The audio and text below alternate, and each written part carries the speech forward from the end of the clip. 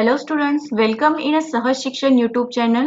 Today I am going to take 5th standard. Subject is Environmental Studies Part 1. In that chapter number 3, the earth and its living world. पृथ्वी आणि त्यावरील जीवसृष्टी. So today I am going to take second part of this chapter. In this chapter we are going to take the sphere of the earth. म्हणजेच पृथ्वीचे जे थर आहेत हे आपण शिकत आहोत. तर मागच्या भागामध्ये what is mean of lithosphere, what is mean of hydrosphere हे दोन म्हणजे शिलावरण आणि जलावरण हे दोन थर आपण शिकलेलो आहोत. So in this part we are going to take what is the atmosphere and what is mean of biosphere. So in first part what is mean of lithosphere. Lithosphere म्हणजे शिलावरण. So all the land features are called as the earth lithosphere. In that consisting of the mountain, plain ground, hill rock, hill, mountain, valley, all these contains in a lithosphere. So what is mean of hydrosphere? Hydrosphere means the water or the ice that occupies the earth's surface, groundwater and the water vapor in the atmosphere together forms an earth's hydrosphere. म्हणजेच जलावरण. जलावरण म्हणजे काय? तर पाणी, जमिनीवरून वाहणारे पाणी तसेच समुद्रातील पाणी, बर्फ वितळल्यामुळे जे पाणी होते निर्माण होते ते पाणी, शिवाय ग्राउंड वॉटर म्हणजे भूजल and the water vapour in the atmosphere, तसेच वातावरणातील बाष्प या सर्वाला मिळूनच जलावरण बनते. So today's first point is the atmosphere म्हणजेच वातावरण म्हणजे काय. The envelope of the air around the earth is called the atmosphere. म्हणजेच पृथ्वीच्या भोवती जे हवेचे आवरण आहे याला वातावरण असं म्हटलं जातं. As we go higher from the surface of the earth the air in the atmosphere becomes rare. जसे आपण पृथ्वीच्या पृष्ठभागापासून उंचावरती जात जाऊ तसंच वातावरणात मधील जी हवा आहे ही विरळ होत जाते. The air consist of a mixture of gases namely nitrogen, oxygen, water vapor and carbon dioxide. There are some other gases too in the air in very small quantities.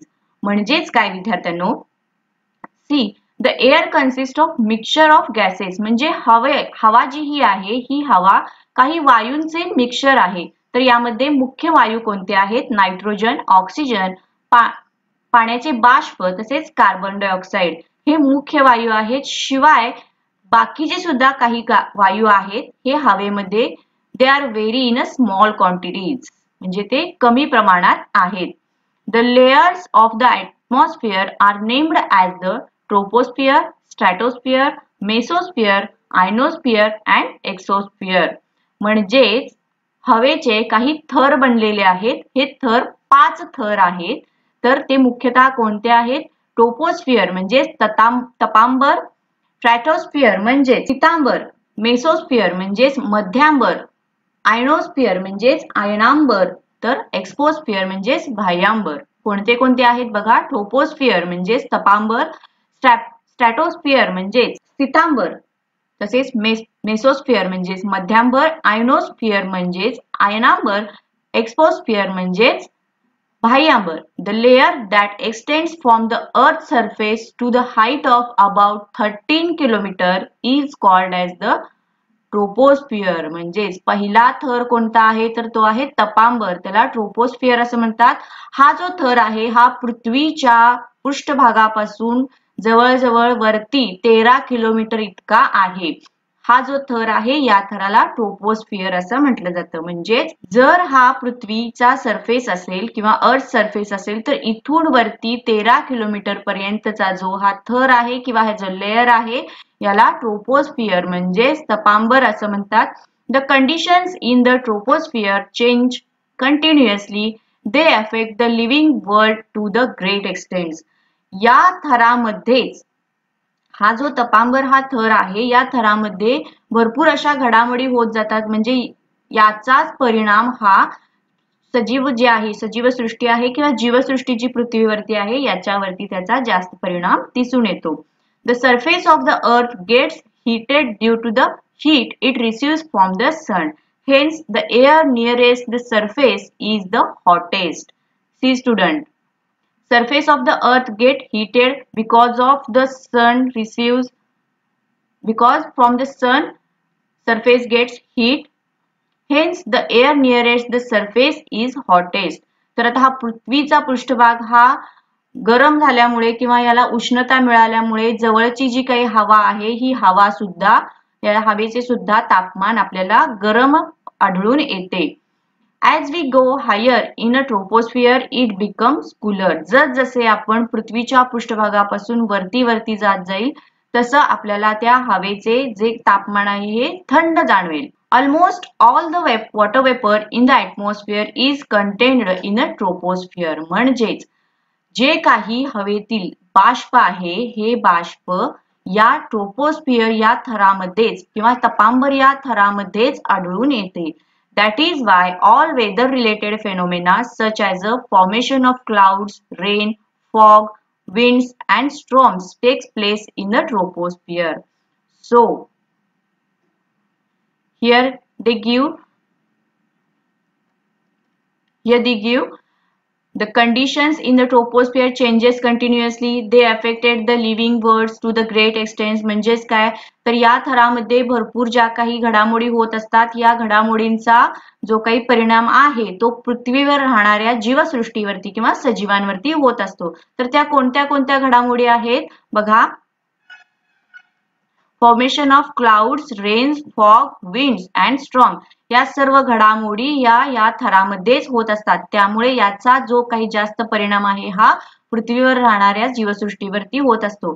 आता या घडामोडी या थरामध्येच का होतात? कारण जे हवेतील जे बाष्प आहे water vapour which is almost all the water vapours contents in this layer.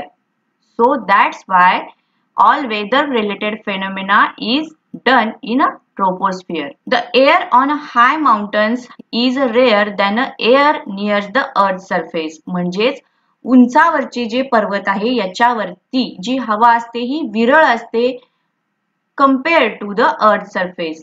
Aeroplane flies in a higher part of the troposphere. There are air is a very rare. म्हणजेच आपल्या हा जो तपांबर आहे या तपांबराच्या वरच्या भागामध्ये जे आपली काही विमान आहेत ही उडवली जातात त्या ठिकाणी हवा ही विरळ असते. There the air is a very rare. Therefore arrangement have to be made to ensure that passengers get enough air for a breathing. See student, in a troposphere, the troposphere length is having a 13 km from the surface of the earth, above of the surface of the earth. So at this troposphere, higher part of this troposphere, aeroplane can fly. So there is air is very rare. Therefore, in an aeroplane, there will be made an arrangement to having enough air for a breathing for a passenger. म्हणजेच विमानामध्ये काही सुविधा केली जाते. वरती जसजसे आपण वरती जात जाऊ तसतशी हवा विरळ होत जाते. त्यामधील ऑक्सिजनचे प्रमाण हे कमी पडत जाते. म्हणून विमानामध्ये प्रवास करत असताना त्या दरम्यान कुणालाही ब्रीदिंगचा त्रास होऊ नये किंवा ऑक्सिजन कमी पडू नये म्हणून विमानामध्ये काही प्रकारची अरेंजमेंट केली जाते की पॅसेंजरला किंवा प्रवाशाला जे काही प्रवासी बसलेले आहेत त्यांना ब्रीदिंगचा त्रास होऊ नये किंवा त्यांना ऑक्सिजन हा व्यवस्थित त्याचा पुरवठा व्हावा यासाठी काही सुविधा विमानामध्ये केलेली असते. Beyond the troposphere, up to the height of above 50 km from the earth is the layer called the stratosphere. Here is the next layer is a stratosphere म्हणजेच स्थितांबर. Beyond the troposphere, up to the height of above 50 km from the earth's surface. याच्या वरती जो 50 kilometre आहे हा जो थर आहे याला स्ट्रॅटोस्फियर म्हणजेच स्थितांबर असं म्हणतात. In the lower part of stratosphere, there is a layer of a gas called as ozone. Ozone is the very important gas, or this layer is a very important because of the ultraviolet rays coming from the sun, which is a very harmful for human being or living things on earth. So this ozone layer can absorb these ultraviolet rays and protect the living world from the these rays. So here given a layer is called as the ozone layer, which consisting of ozone gas. These absorbs the ultraviolet rays coming from the sun and protect the living world on earth. So here ask two questions. In which layer of the atmosphere do we see the rainbows? म्हणजेच कोणत्या layer मध्ये किंवा कोणत्या थरामध्ये वातावरणातील कोणत्या थरामध्ये आपल्याला इंद्रधनुष्य दिसतो तर त्याचा आन्सर आहे in a troposphere.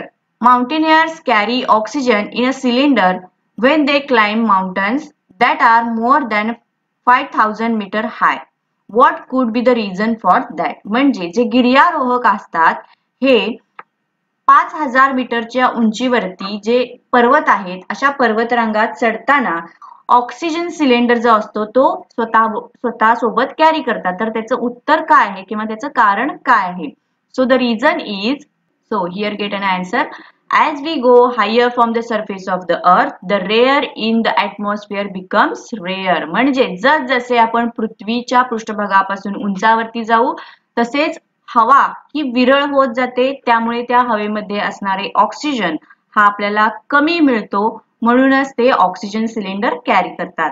Here is a word is a condensation. Condensation म्हणजे संघनन. The process of vapour turning into water on a cooling.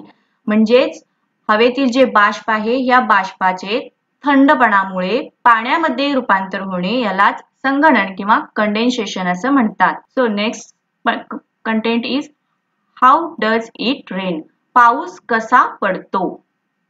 Water on the earth evaporates continuously due to the heat of the sun. Water that has percolated into the soil also evaporates due to the heat and enters the atmosphere. आपल्या पृथ्वीवरती जे काही पाणी आहे या पाण्याचे बाष्पामध्ये रूपांतर केले जाते. कशामुळे? तर सूर्यामुळे पृथ्वीवरचे जे पाणी आहे या पाण्याचे रूपांतर बाष्पामध्ये केले जाते. त्यालाच बाष्पीभवन असं म्हणतात. Evaporates. Water that has percolated into the soil also evaporates due to the heat and enters the atmosphere. तसेच पाणी जे जमिनीमध्ये किंवा खडकांच्या मध्ये सुद्धा जे काही पाणी आहे हे सुद्धा पाणी किंवा मातीमध्ये जे काही पाणी आहे या सुद्धा पाण्याचे बाष्पीभवन केले जाते आणि ते बाष्पीभवन वातावरणामध्ये मिक्स केले जाते. As water vapor is lighter than air, it rises high up into the atmosphere. म्हणजेच हे जे बाष्प आहे पाण्याचे बाष्प आहे हे हलके असतात. हवेपेक्षा ते वजनाने हलके असतात. त्यामुळे ते उंच उंच हवेमध्ये वरती उडत असतात. As it goes higher, it cools and condenses, forming a very fine droplets of water. जसे ते हवेमध्ये वरती जातात तसे ते हवा थंड असते त्यामुळे त्याचे कंडेन्सेस म्हणजे संघनन होते. संघनन म्हणजेच कंडेन्सेशन. आपण इथे या ठिकाणी शिकलो condensation the process of vapour turning into water on cooling. थंड पाण्याचे थंड वातावरणामध्ये किंवा बर्फाचे किंवा बाष्पाचे थंड वातावरणामध्ये द्रवामध्ये रूपांतर होणे याला कंडेन्सेस असे म्हणतात किंवा संघनन असं म्हणतात. Forming a very fine droplets of water. त्यामुळे लहान लहान पाण्याचे कण तयार होतात. The droplets are so small and light that they float in a atmosphere forming clouds. हे जे ड्रॉपलेट्स आहेत किंवा पाण्याचे कण आहेत हे अतिशय लहान आणि वजनाने हलके असतात. त्यामुळे ते हवेमध्ये तरंगतात. त्यामुळे आपल्याला ढग तयार होतात. These small droplets join together and form bigger droplets which are heavy. आता हे लहान लहान कण जे आहेत पाण्याचे हे एकत्र होतात, जमतात आणि त्यापासून मोठे ड्रॉपलेट्स बिगर ड्रॉपलेट्स तयार होतात आणि ते हेवी असतात किंवा वजनाने जास्त असतात. So they can not float. ते हवेमध्ये तरंगू शकत नाहीत. Such a drops of water fall down on the earth in the form of rain. तर ते जे छोटे छोटे पाण्याचे कण असतात हे एकत्र येतात त्यामुळे मोठे कण होतात किंवा मोठे थेंब तयार होतात. हे जे मोठे थेंब आहेत हे वजनाने जड असतात. ते हवेमध्ये तरंगू शकत नाहीत. ते पाण्याच्या रूपात मध्ये जमिनीवरती पडतात. त्यालाच पाऊस पडणे असं म्हणतात. This rainwater flows into rills, streams, rivers and finally into the sea. हे जे पावसाचे पाणी पडलेले आहे हे पावसाचे पाण्याचा प्रवाह हा नदी, ओढे, ओहळ यांच्या मार्फत शेवटी समुद्राला जाऊन मिळतो. Ice in the snow covered region also melts due to the heat of the sun to finally flows into river. तर ज्या ठिकाणी बर्फाचित प्रदेश जो आहे त्या ठिकाणी सुद्धा सूर्याच्या उष्णतेमुळे बर्फ हा वितळला जातो आणि तो त्याची शेवटी हिमनदी तयार होते. These processes of evaporation, condensation and rainfall go on in a continuous cycle. This is known as the water cycle in nature. Water cycles means जलचक्र. तर जलचक्र म्हणजे काय या ठिकाणी आपल्याला मिळतं. The process of evaporation म्हणजेच बाष्पीभवन, कंडेन्सेशन म्हणजे संघनन and rainfall म्हणजेच पाऊस. या तिन्ही प्रोसेसला एकत्रितपणे ही जी सायकल आहे ही कंटिन्युअस सायकल चालत असते यालाच वॉटर सायकल किंवा जलचक्र असं म्हणतात. Here they given a picture. Because of the sun, waters on Earth's surface is get evaporated. They form clouds. In form of the clouds, there is a water drops. Heavy water drops cannot be float in an atmosphere, so they fall down in the form of the rain. These water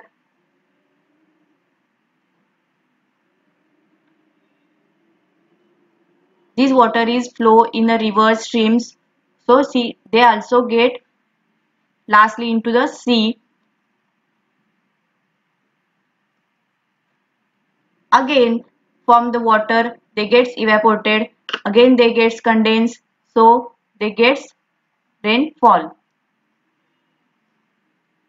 म्हणजेच हे जे पृथ्वीच्या पृष्ठभागावरती पाणी आहे या पाण्याचे संघनन होते त्यापासून ते कंडेन्सेशन म्हणजे बाष्पीभवन होते, बाष्पीभवनानंतर त्याचे संघनन होते आणि पावसाचे पाणी पुन्हा नदी, ओहळ याच्या मार्फत शेवटी समुद्राला मिळते. पुन्हा त्या पाण्याचे बाष्पीभवन होते, पुन्हा पाऊस पडतो, त्याच पाण्याचे पुन्हा बाष्पीभवन होते. हे जे चक्र आहे कंटिन्युअसली चालत राहते याला जलचक्र असं म्हणतात. The next content is the biosphere म्हणजेच जीवावरण. There are innumerable kinds of living things on the earth. The various regions of the earth differ in many ways. Some regions are always covered with ice while others have a hot climate. पृथ्वीवरती इम्युरेबल म्हणजे असंख्य अशा प्रकाराचे सजीव आपल्याला आढळतात. The various regions of the earth differ from many ways. तर पृथ्वीवरती विविध अशा प्रकाराचे प्रदेश आहेत. त्यामध्ये काही प्रदेश हे बर्फाच्छेद आहेत तर काही प्रदेश असे आहेत की ज्या ठिकाणी वाळवंट आहे.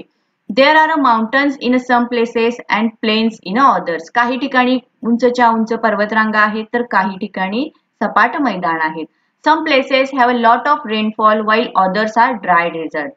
काही ठिकाणी भरपूर प्रमाणात पाऊस पडतो तर काही ठिकाणी वाळवंटासारखा प्रदेश आहे. There are salty seas and oceans and also freshwater lakes. तर पृथ्वीवरती समुद्राचे पाणी सुद्धा आहे शिवाय जमिनीवरून वाहणारे सुद्धा पाणी आहे जसे की सरोवर, नदी या ठिकाणी.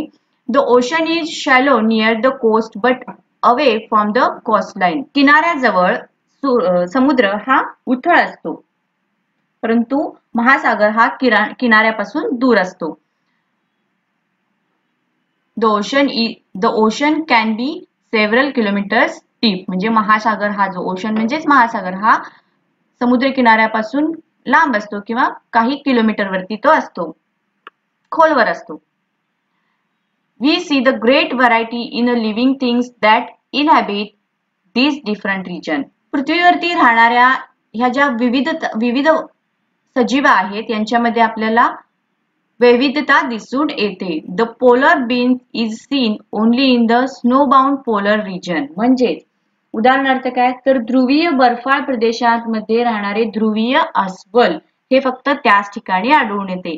Zebras are found in Africa and kangaroos are found only in Australia. Zebra जो आहे हा फक्त आपल्याला आफ्रिकामध्ये, तर कांगारू आहे ते ऑस्ट्रेलियामध्ये आढळून येतात. These animals are not found in any other region. तर हे ज्या त्या ठिकाणी आपल्याला आढळून आलेले दिसतात.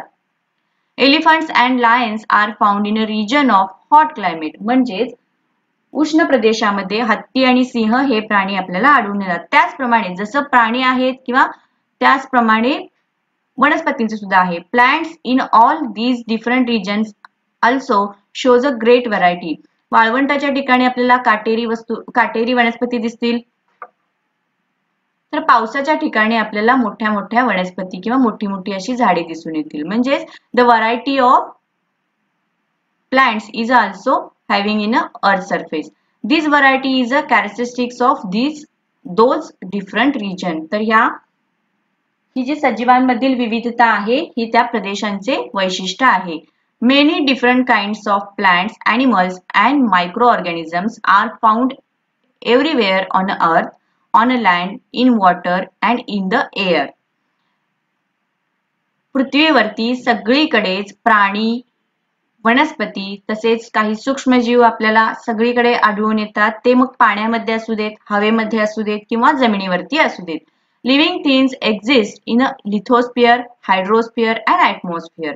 तर ही जी जीवसृष्टी आहे ही जीवसृष्टी थोडक्यात आता आपल्याला लिथोस्फिअर मध्ये सुद्धा आढळते, हायड्रोस्फिअर मध्ये सुद्धा आढळते, ॲटमॉस्फिअर मध्ये सुद्धा आढळते. म्हणजे शिलावरणात, जलावरणात आणि वातावरणात या तीनही ठिकाणी ही लिव्हिंग थिंग्स म्हणजे जीवसृष्टी आढळून येते, ज्याला बायोस्फिअर असं म्हटलं जातं. They also interact with these spheres. This living world constitute the biosphere. म्हणजेच हे जे तीनही लेयर आहेत या तीनही लेयर मध्ये किंवा या तीनही आवरणांमध्ये सजीवांनी व्यापलेलं आहे किंवा सजीवांची सृष्टी आहे, जीवसृष्टी आहे, तर यालाच बायोस्फिअर किंवा जीवावरण असं म्हणतात. So student, here is the end of this chapter. Hope you understand this chapter. Please like this video, comment this video. Thank you.